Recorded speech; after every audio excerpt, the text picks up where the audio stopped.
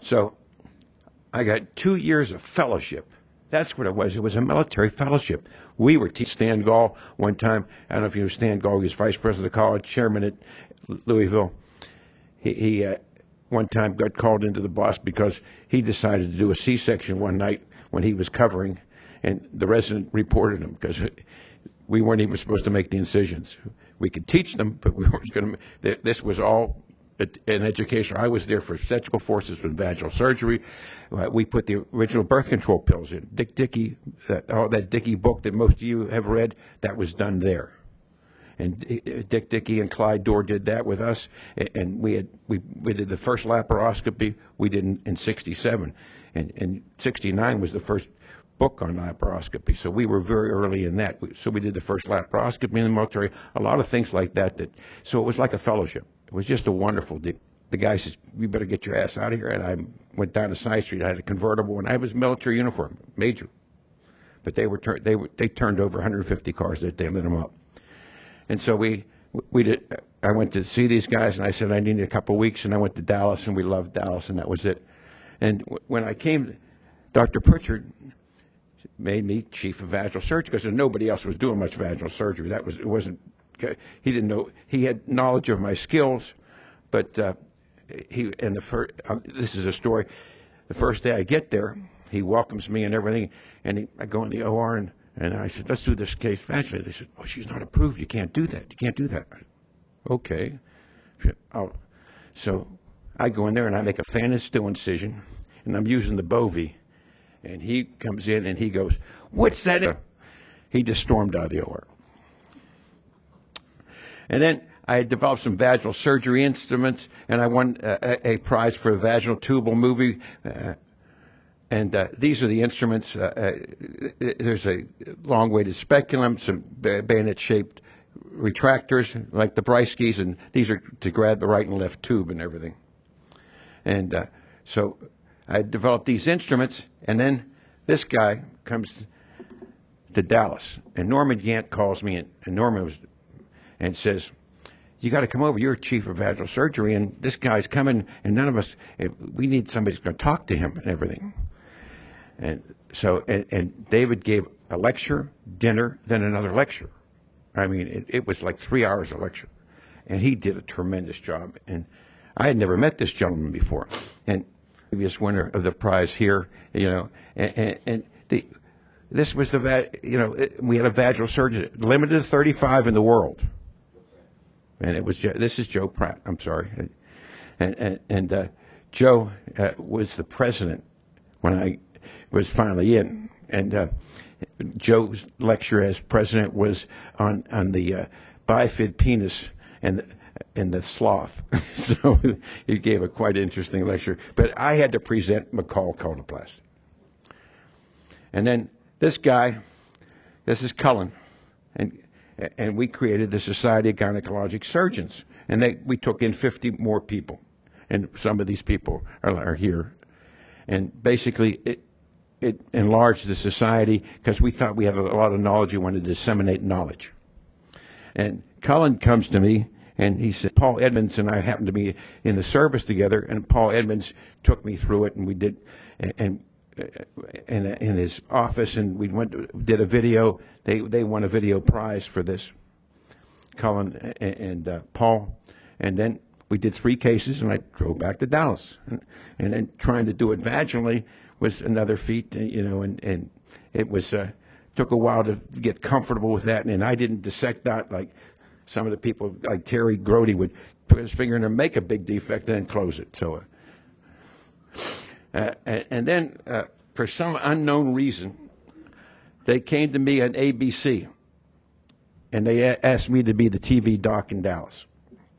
And there was no TV doc at all. So I went to the medical society, and I said, "Do you approve of this?" And they said, more good in one morning than you can do in a lifetime in your office, like if you talk about mammography and convince people to go to get mammography. So I did that for 6 years. I was TV doc in Dallas, but the real advantage was I got into videos, and I had an editor now, a professional editor, not dummy, because none of us knew anything about editing at that time, and you really wanted, you wanted to limit the videos to about 8 minutes because people don't watch much more than that, and there's all these things that we learned, and so I convinced ACOG about a video library and SGS about a video library, and I used to review all the videos, and Tom reviews the videos, and in between time, Eberhard Lotzi reviewed the videos, but that video library, I tried, and then I got U.S. Surgical had this absorbable staple, and they came to me and it was lasting 180 days. I said, "You got to be crazy! This thing can't last.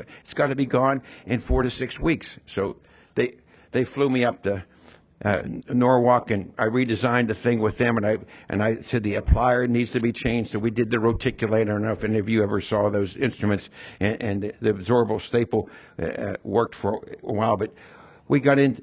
What I got them into was laparoscopy, because they came to me and they said, "What do you think of this retractable trip trocar?" And you put it up against a balloon, it wouldn't. Well, obviously it wasn't as good as but that's what got them into that. And then I helped do the endo GIA with them. I've never gotten any money for kill patients with these things because nobody understood monopolar energy, and you're using monopolar and you're using high frequency monopolar, and I try to explain that, and you'll see I put Bakelite around these things and try to prevent any injury, and nobody understood it. And there was a guy by the name of Roger Odell who was selling this thing that took care of capacitance. And he was selling it to get rid of capacitance coupling. This is the instruments I invented. They were all reusable. And they just a blade, a needle, a hook needle, and a ball tip. So, and they thought I was going to kill people with this thing. Okay? So then what I found out, the capacitance problem, it was the hybrid trocars the companies were making. And to understand capacitance, this was the trocar, okay? And this is your electrosurgical. And as soon as I made that, and I had an EE in my department, am I not correct? Sam Twillem was his name, and he said, "You're correct." And so these bowel burns could be totally avoided if they just had all metal or all plastic. So that I called both companies. Ethicon had somebody down there the next day. They had 2 engineers in my office the next day. U.S. Surgical took another day. But we changed the game. So people were not getting these burns anymore. So you couldn't have metal here and plastic. It had to be all. Then I did this, and I don't know if you ever used this Everest equipment. Actually, it was Prairie View that I did it with, and Prairie View was bought by. And I said, if we're having a bipolar instrument, and this was a lot different than the Kleppy. And then I got really lucky. There was some work by Walter Prindeville in Wales, and he had done some large loop excisions of the transformation zone. That's what LET stands for. But he had a 2.5 centimeter loop, and he took the whole cervix away. It just didn't make sense. Why would you use a 2.5 centimeter loop? So I invented these things. Okay, and this was a millimeter, so 1 centimeter. I figured because Ralph Reichert taught me that I had to go 7 with a laser.